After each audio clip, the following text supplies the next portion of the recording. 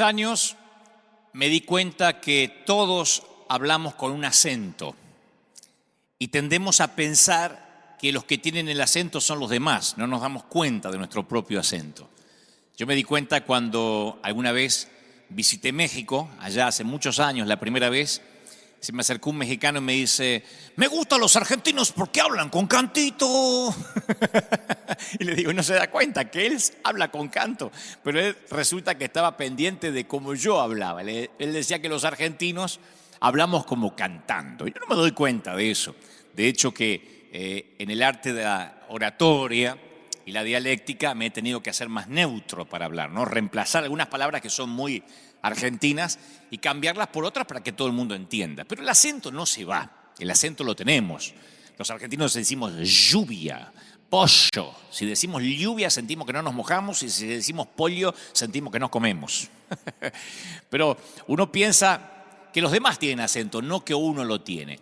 Y también hay otro acento que es el acento visual, que es un tipo de prejuicio procesador, un lente que modela nuestra perspectiva del mundo, nuestra perspectiva de la Biblia, nuestra perspectiva de Dios. Hace que veamos las cosas como creemos que son y no como son en realidad. Entonces lo que hacemos es buscar algo que valide lo que ya creemos, lo que ya tenemos por sentado de que es así. Y buscamos validar las creencias, lo que ya aprendimos. Como dije una vez, nos cuesta horrores desaprender. Lo que ya aprendimos, como el cerebro es un músculo perezoso, no lo queremos cambiar. Alguien una vez llenó un barril de banderas multicolores y le dijo al público, al auditorio, que contaran las banderitas o las banderillas de color amarillo. Y luego todo el mundo empezó a contar las que veían de color amarillo y luego ordenó cerrar los ojos y que dijeran cuántas banderas rojas había. Y nadie recordaba, ni siquiera se había banderas rojas, porque habían visto selectivamente. Y si miramos la Biblia selectivamente, cuando leemos este libro selectivamente, quizá vamos a decir algo que no dice, porque vemos solo un fragmento, ¿no es cierto? Por darte un ejemplo, para los cristianos, por ejemplo, la palabra lealtad, esto es un ejemplo de lo que trato de decir en momentos, ¿no? Estoy nada más poniendo los fundamentos para después construir esta enseñanza. Para nosotros los cristianos la palabra lealtad se define como estar de acuerdo con el líder. Eso decimos los líderes. Tengo consiervos leales, tengo servidores que son leales, porque nos obedecen, porque nos dicen todo que sí, porque nunca están en desacuerdo. Entonces el desacuerdo recibe en nuestro ámbito cristiano el nombre de deslealtad. Si alguien está en desacuerdo, inmediatamente es desleal.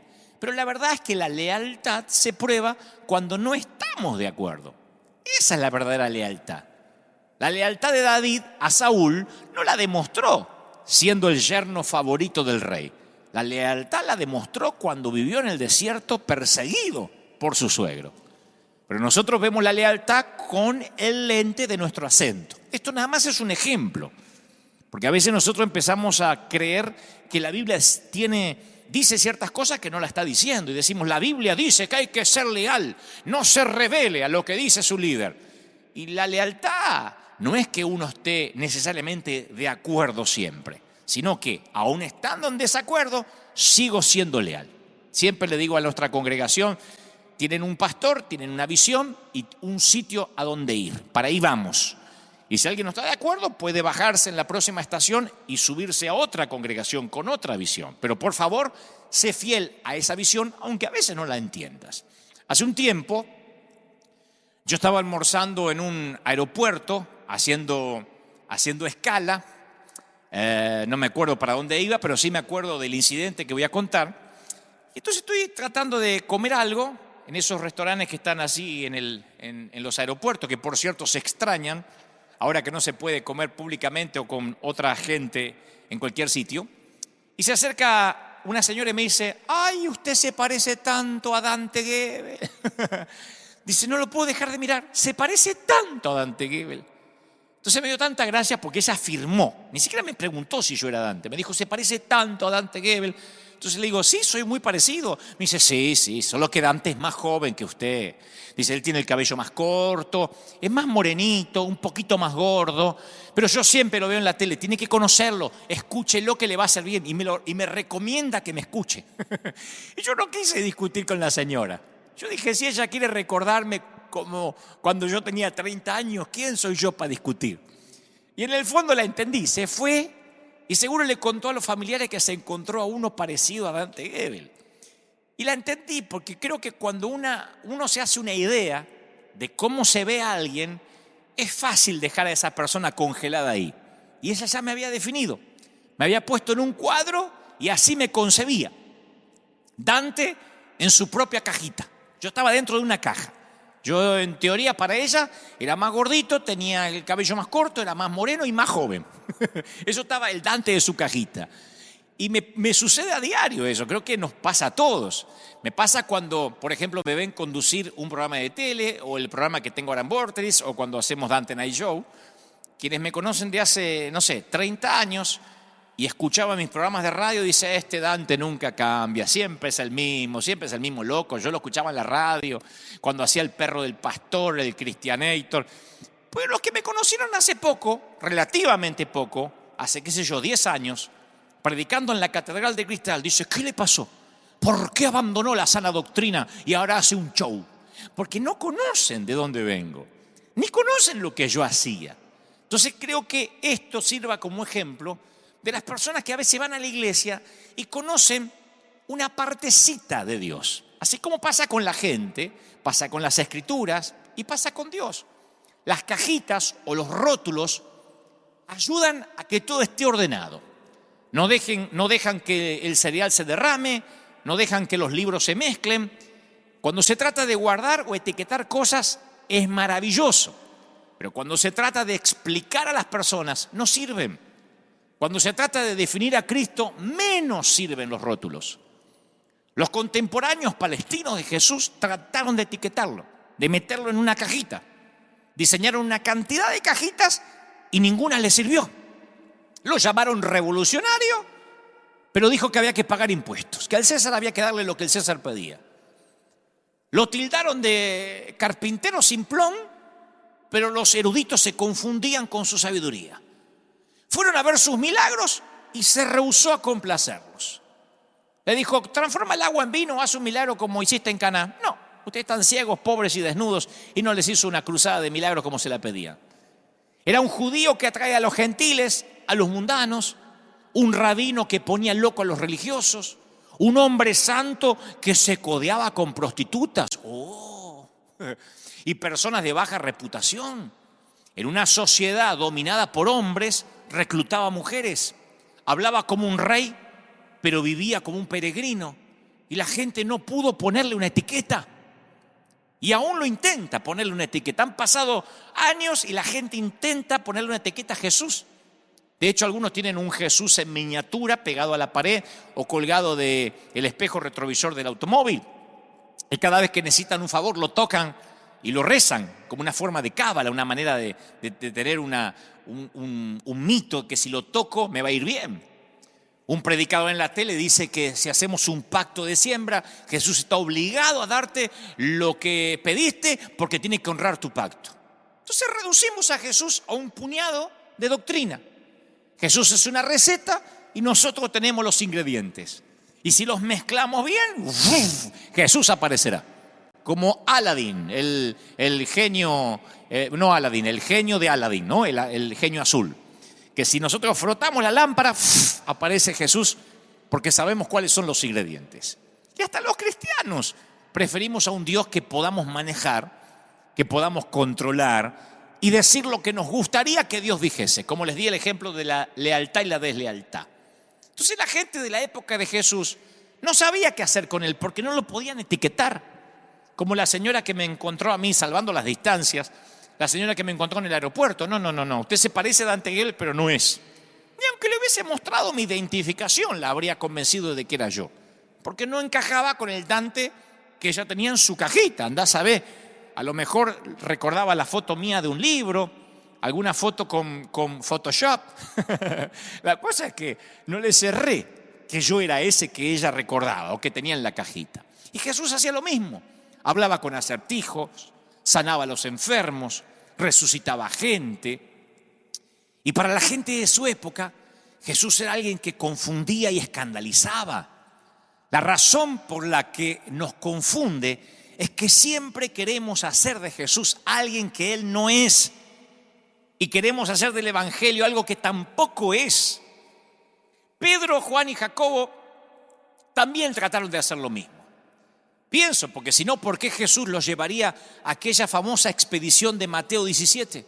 Dice que Jesús tomó a Pedro, a Jacobo, a Juan su hermano y los llevó a un monte alto y se transfiguró. ¿Recuerdan el monte de la transfiguración? El episodio de la transfiguración. Se transfiguró delante de ellos, resplandeció su rostro como el sol y sus vestidos, dice la palabra, se hicieron blanco como la luz. Y la mayoría de los historiadores ubica este acontecimiento en una montaña a 3.000 metros de altura, llamada Monte Hermón. Y ese gigantesco pico coronado de nieve era el lugar perfecto para el retiro de Cristo, con Pedro, Jacobo y Juan. Lejos de la multitud, solo los 4 amigos. A Jesús le faltaban unos meses para ir a la cruz. Y en algún momento, mientras Jesús oraba, el carpintero se transformó en una figura cósmica. Dice la palabra que se transfiguró delante de ellos, resplandeció su rostro como el sol y sus vestidos se hicieron blancos como la luz. El resplandor salía de cada poro de la piel, de la ropa. Marcos dice, el evangelista Marcos dice que los vestidos se lo vieron tan blancos, tanto que ningún hombre en la tierra los puede hacer tan blancos. O sea, no era el trabajo de una lavandería, era la presencia de Dios. Dios es luz, dice las Escrituras, y no hay tinieblas en Él. Él habita en la luz inaccesible. Entonces, el Cristo transfigurado es Cristo en su forma más pura. Pedro, Juan y Jacobo nunca lo habían visto así. Lo vieron caminar sobre el agua, multiplicar el pan, hablarle al viento, no sé, resucitar muertos, pero nunca lo habían visto como una antorcha encendida. Creyeron que eso era todo, pero aparecieron 2 acompañantes. ¿Recuerdan la historia, no? Moisés y Elías. El libertador y el príncipe de los profetas pasaron a través del velo que separa la tierra del paraíso. Y dice que aparecieron rodeados de gloria y hablaban de su partida que Jesús iba a cumplir en Jerusalén. Moisés y Elías eran, qué sé yo, el Washington y el Lincoln de los judíos, el San Martín y el Simón Bolívar de ellos, del pueblo judío. Los cuadros de Elías y Moisés colgaban en todas las galerías de los próceres famosos. Y ahora el fuego de la montaña hizo que Pedro metiera la pata. Quiso meter a Jesús en una cajita de grandes próceres de la historia judía. ¿Ven? Todos tenemos una cajita. Pedro dijo, ya está, ahí está, esa es la revelación. Meto a Jesús en la cajita de los próceres judíos. Hagamos 3 cajitas. Hagamos 3 monumentos para ustedes. Ni Dios ni le dejó terminar la frase a este Pedro, que yo creo que tendría algo de sangre hispana, ¿no? Porque dice que mientras que Pedro aún hablaba, una nube de luz los cubrió, y dice la palabra que se siente del cielo que dice, este es mi hijo amado, en quien tengo complacencia, a él oíd. No hay otro Pedro, no hay otro cabezón, es único. Ni Moisés ni Elías, ni Buda ni Mahoma. Este no es el mejor de todos mis hijos, es el hijo amado, el único. Y Pedro, Juan y Jacobo eran astronautas alunizando en la superficie lunar. Vieron lo que ningún ser humano vio, Cristo en su grandeza cósmica. Y entonces dice la palabra que se postraron sobre sus rostros y tuvieron un gran temor. El fuego de la montaña los llevó a un temor que no conocían, un temor santo, un temor saludable. Encontraron al Dios que puso las estrellas como diamantes sobre el terciopelo nocturno. Encontraron al Dios que se llevó a los profetas en carros. Conocieron al Dios que dejó al faraón maldiciendo al ver a sus oficiales tragar agua en el Mar Rojo. Los discípulos quedaron con sus caras en el suelo absortos. No podían creer que ese era Jesús, a pesar de que lo habían visto resucitar muertos, lo habían puesto en una cajita. Y creo que la mayoría de nuestros temores nos quitan el sueño y la paz, pero este temor que tenía Pedro, Juan y Jacobo era diferente.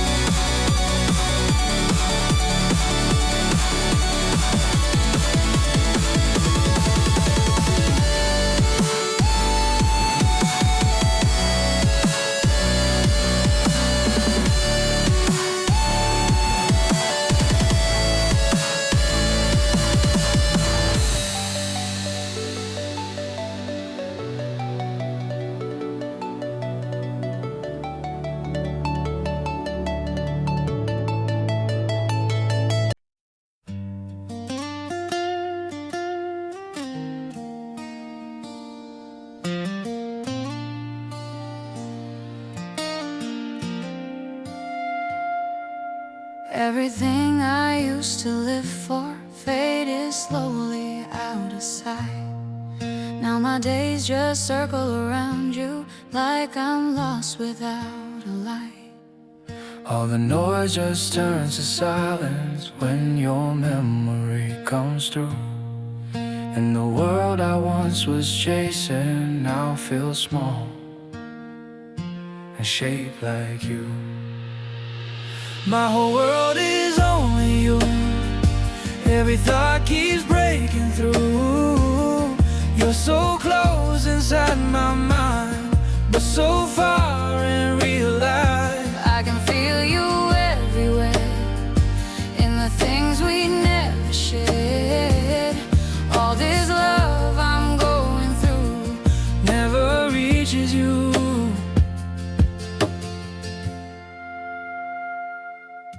Every image feels so real now, like you're standing next to me. But the truth is in the silence, you were never meant to see.